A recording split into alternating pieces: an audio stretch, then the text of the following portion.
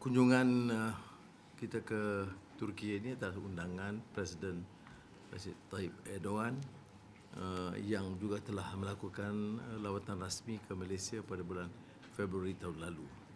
Tapi seperti mana kita saksikan, sambutan dia hangat sekali sebagai sahabat dan sebagai penghormatan kepada negara Malaysia. Dan kita lihat beberapa acara sambutan itu agak luar dari jangkaan dan diakui sebagai salah satu yang dia berikan penghormatan luar biasa kepada negara Malaysia tercinta.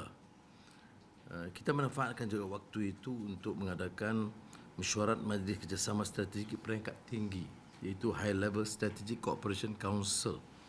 Ini suatu permulaan yang menarik kerana tidak banyak negara yang kita adakan hubungan dua hala pada tingkat itu.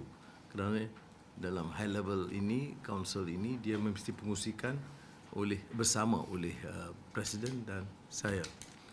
Tentunya keputusan-keputusan kita itu akan dilaksanakan oleh menteri-menteri yang akan bertanggungjawab melaksanakan keputusan-keputusan penting yang strategik, mengangkat hubungan di antara dua negara dengan menumpukan perhatian dalam bidang pelaburan, perdagangan dan juga hubungan strategi dalam pelbagai bidang, pendidikan tinggi, penyelidikan dan juga masuki beberapa disiplin dan teknologi baru, termasuk penerbangan dalam area dalam ruang penerbangan, dalam bidang AI, dalam bidang tenaga dan juga nadir bumi.